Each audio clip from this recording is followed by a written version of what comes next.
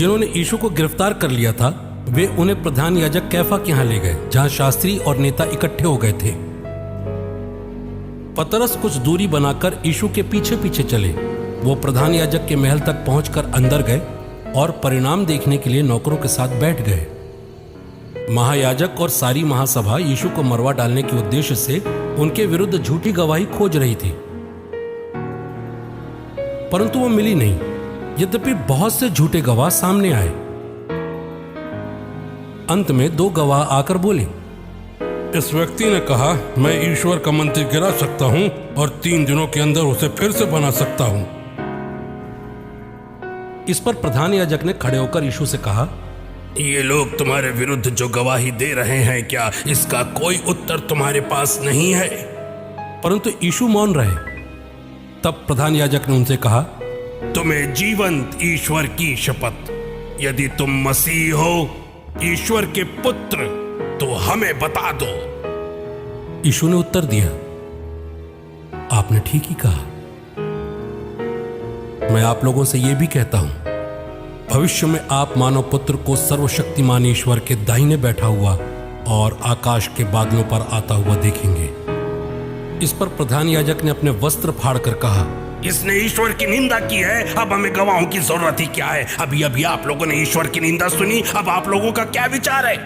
उन्होंने उत्तर दिया, ये दोषी है और प्राणदंड के योग्य है। तब उन्होंने उनके मुंह पर थूका और उन्हें घूंसे मारे। कुछ लोगों ने उन्हें थप्पड़ मारते हुए कहा, मसीह यदि तू नबी है तो हमें बता, तुझे किसने मारा?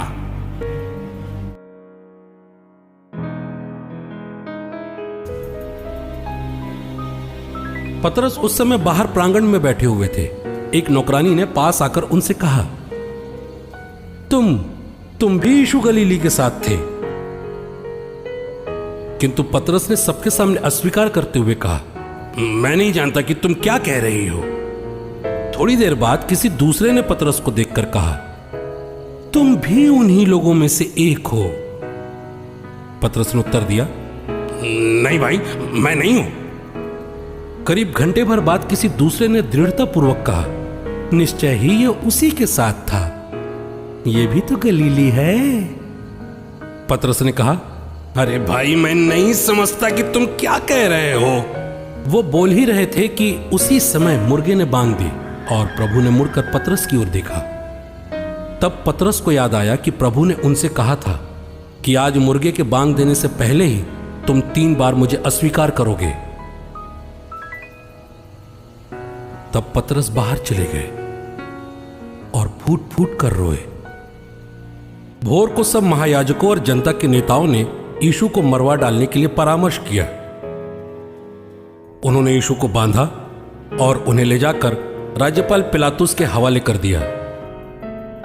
जब यीशु के विश्वासघाती यहूदा ने देखा कि उन्हें दंडाज्ञा मिली है, तो उसे पश्चाताप हुआ और वो महायाजकों और नेताओं के पास चांदी के वे 30 सिक्के ये कहते हुए वापस लेके आया, मैंने निर्दोष रक्त का सौदा कर पाप किया है। पर उन्होंने कहा, हमें इससे क्या, तुम ही जानो। इस पर यहूदा ने चांदी के सिक्के मंदिर में फेंक दिए और जाकर फांसी लगा ली। महायाजकों ने चांदी के सिक्के उठाकर कहा, इन्हें खजाने में जमा करना उचित नहीं है, क्योंकि ये तो रक्त की कीमत है। इसलिए परामर्श करने के बाद उन्होंने परदेशियों को दफनाने के लिए उन सिक्कों से कुम्हार की जमीन खरीद ली। तब वे यीशु को कैफा के यहां से राज्यपाल के भवन ले गए। अब भोर हो गई थी। वे भवन के अंदर इसलिए नहीं गए कि अशुद्ध न हो जाए, बल्कि फसह का मेमना खा सके। पिलातुस बाहर आकर उनसे मिले और बोले, आप लोग इस मनुष्य पर कौन सा अभियोग लगाते हैं? उन्होंने उत्तर दिया, अगर ये दोषी नहीं होता तो हम इसे आग के हवाले नहीं करते। पिलातुस ने उनसे कहा, आप लोग इसे ले जाइए और अपनी संहिता के अनुसार इसका न्याय कीजिए। यहूदियों ने उत्तर दिया, हमें किसी को प्राणदंड देने का अधिकार नहीं है। यह इसलिए हुआ कि यीशु का वो कथन पूरा हो जाए जिसके द्वारा उन्होंने संकेत किया था कि उनकी मृत्यु किस प्रकार की होगी। तब पिलातुस ने फिर भवन में जाकर यीशु को बुला भेजा और उनसे कहा, क्या तुम यहूदियों के राजा हो? यीशु ने उत्तर दिया, क्या आप अपनी ओर से यह कह रहे हैं या दूसरों ने आपसे मेरे विषय में यह कहा है? पिलातुस ने उत्तर दिया, क्या मैं यहूदी हूं? तुम ही बताओ। तुम्हारे ही लोगों और महायाजकों ने तुम्हें मेरे हवाले किया। तुमने क्या किया है? यीशु ने उत्तर दिया, मेरा राज्य इस संसार का नहीं है। यदि मेरा राज्य संसार का होता तो मेरे अनुयायी लड़ते और मैं यहूदियों के हवाले नहीं किया जाता, परंतु मेरा राज्य यहां का नहीं है। तब पिलातुस ने उनसे कहा, तो क्या तुम राजा हो? यीशु ने उत्तर दिया, आप ठीक ही कहते हैं कि मैं राजा हूं। मैं इसलिए जन्मा और इसलिए संसार में आया हूं कि सत्य के विषय में साक्ष्य दूं। जो सत्य के पक्ष में है वो मेरी सुनते हैं। पिलातुस ने पूछा, सत्य क्या है? यह कहकर पिलातुस बाहर यहूदियों के पास गए और बोले, मैं तो उसमें कोई दोष नहीं पाता हूं कि उसे दंड दिया जाए।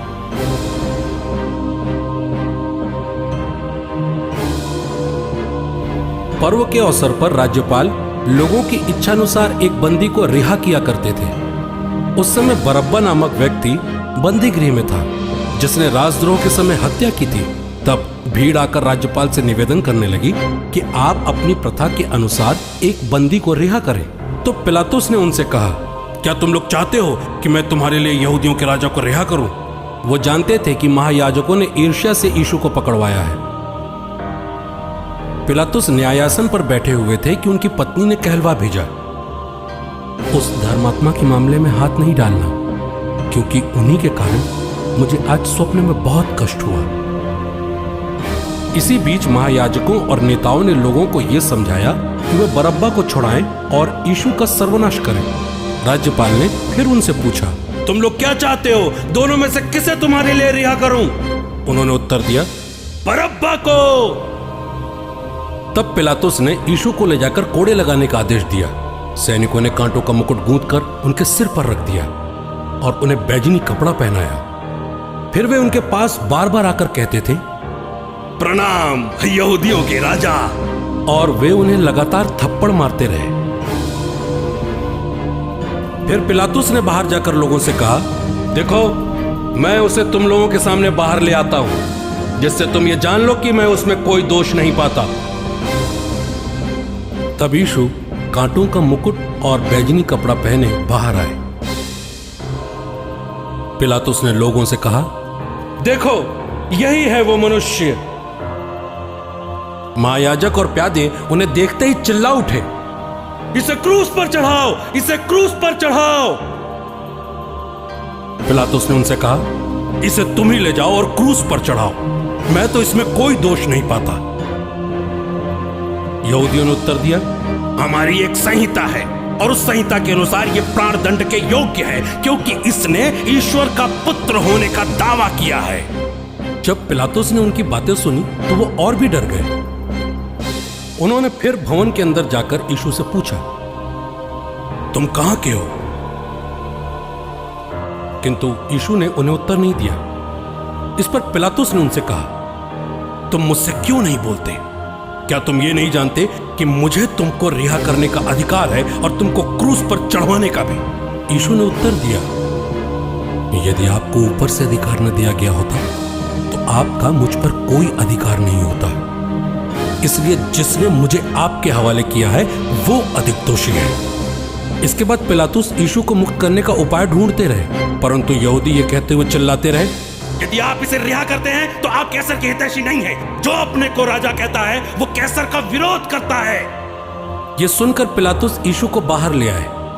वो अपने न्यायासन पर बैठ गए, जो एक चबूतरा था, जो इब्रानी में गब्बता कहलाता है। यह फसह की तैयारी का दिन था, लगभग दोपहर का समय। पिलातुस ने यहूदियों से कहा, देखो, यही है तुम्हारा राजा। जब पिलातुस ने देखा कि मेरी एक भी नहीं चलती, उल्टे हंगामा होता जा रहा है, तो उन्होंने पानी मंगवाकर लोगों के सामने अपने हाथ धोए और कहा, मैं इस धर्मात्मा के रक्त का दोषी नहीं हूं, तुम लोग जानो। और सारी जनता ने उत्तर दिया, इसका रक्त हम पर और हमारी संतान पर हो। इस पर पिलातुस ने उनके लिए बरअब्बा को मुक्त कर दिया और यीशु को कोड़े लगवाकर क्रूस पर चढ़ाने के लिए सैनिकों के हवाले कर दिया।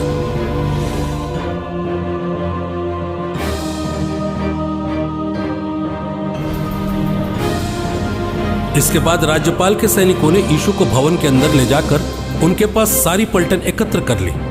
उन्होंने उनके कपड़े उतारकर उन्हें लाल चोगा पहनाया, कांटों का मुकुट गूंथ कर उनके सिर पर रखा और उनके दाहिने हाथ में सरकंडा थमा दिया। तब उनके सामने घुटने टेक कर उन्होंने ये कहते हुए उनका उपहास किया, यहूदियों के राजा प्रणाम। वे उन पर थूकते और सरकंडा छीनकर उनके सिर पर मारते थे। इस प्रकार उनका उपहास करने के बाद वे चोगा उतारकर और उन्हें उन्हीं के कपड़े पहनाकर क्रूस पर चढ़ाने ले चले। जब वे यीशु को ले जा रहे थे तो उन्होंने गांव से आते हुए शिमोन नामक कुरेने निवासी को पकड़ा और उस पर क्रूस रख दिया ताकि वे उसे यीशु के पीछे पीछे ले जाएं। लोगों की भारी भीड़ उनके पीछे पीछे चल रही थी। उनमें नारियां भी थीं जो अपनी छाती पीटते हुए उनके लिए विलाप कर रही थी। यीशु ने उनकी ओर मुड़कर कहा, यरूशलेम की बेटियों, मेरे लिए मत रो, अपने लिए और अपने बच्चों के लिए रो, क्योंकि वे दिन आ रहे हैं जब लोग कहेंगे, धन्य है वे स्त्रियां जो बांझ हैं, धन्य है वे गर्भ जिन्होंने प्रसव नहीं किया, और धन्य है वे स्तन जिन्होंने दूध नहीं पिलाया। वे यीशु के साथ दो कुकर्मियों को भी प्राणदंड के लिए ले जा रहे थे।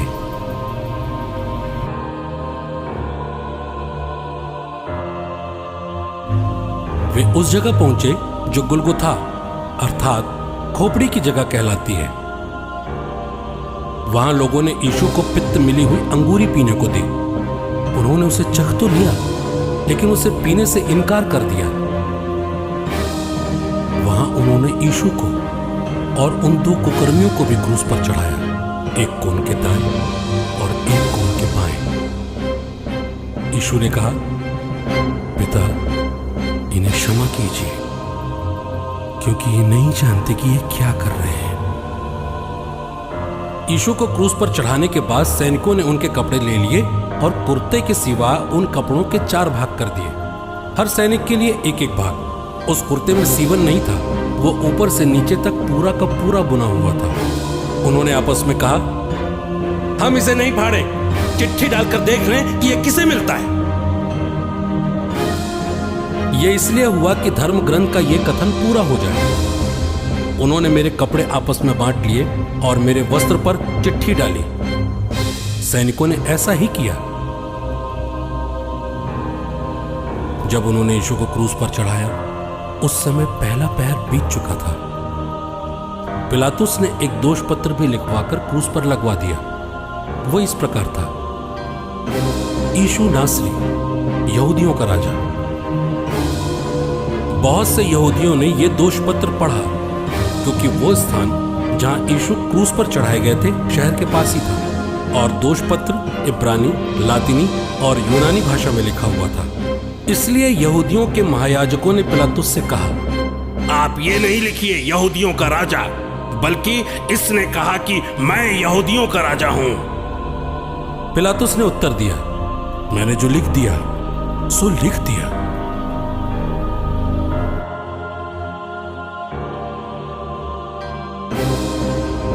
उधर से आने जाने वाले लोग यीशु की निंदा करते और सिर हिलाते हुए ये कहते थे, मंदिर ढाने वाले और 3 दिनों के अंदर उसे फिर से बना देने वाले, क्रूस से उतरकर अपने को बचा।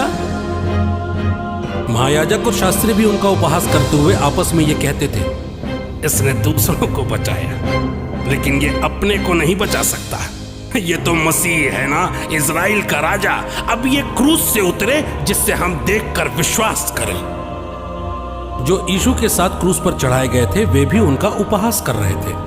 क्रूस पर चढ़ाए हुए कुकर्मियों में एक इस प्रकार यीशु की निंदा कर रहा था, तू मसीह है ना, तो अपने को और हमें भी बचा। पर दूसरे ने उसे डांट कर कहा, क्या तुझे ईश्वर का भी डर नहीं? तू भी तो वही दंड भोग रहा है। हमारा दंड न्याय संगत है क्योंकि हम अपनी करनी का फल भोग रहे हैं, पर इन्होंने कोई अपराध नहीं किया है। तब उसने कहा, यीशु, जब आप अपने राज्य में आएंगे तो मुझे याद कीजिएगा। यीशु ने उससे कहा, मैं तुमसे सच कहता हूं, तुम आज ही मेरे साथ परलोक में होगे। यीशु की माता, उनकी माता की बहन क्लोपस की पत्नी मरियम और मरियम मगदलीनी उनके क्रूस के पास खड़ी थी। यीशु ने अपनी माता को और उनके पास अपने उस शिष्य को जिसे वो प्यार करते थे देखा। उन्होंने अपनी माता से कहा, हे नारी, देखिए, ये आपका पुत्र है। इसके बाद उन्होंने शिष्य से कहा, देखो, ये तुम्हारी माता है।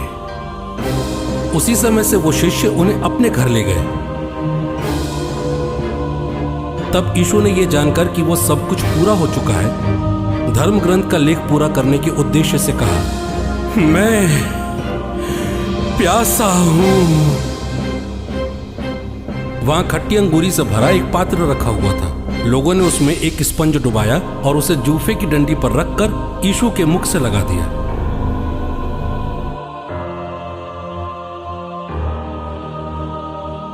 दोपहर से तीसरे पहर तक पूरे प्रदेश में अंधेरा छाया रहा।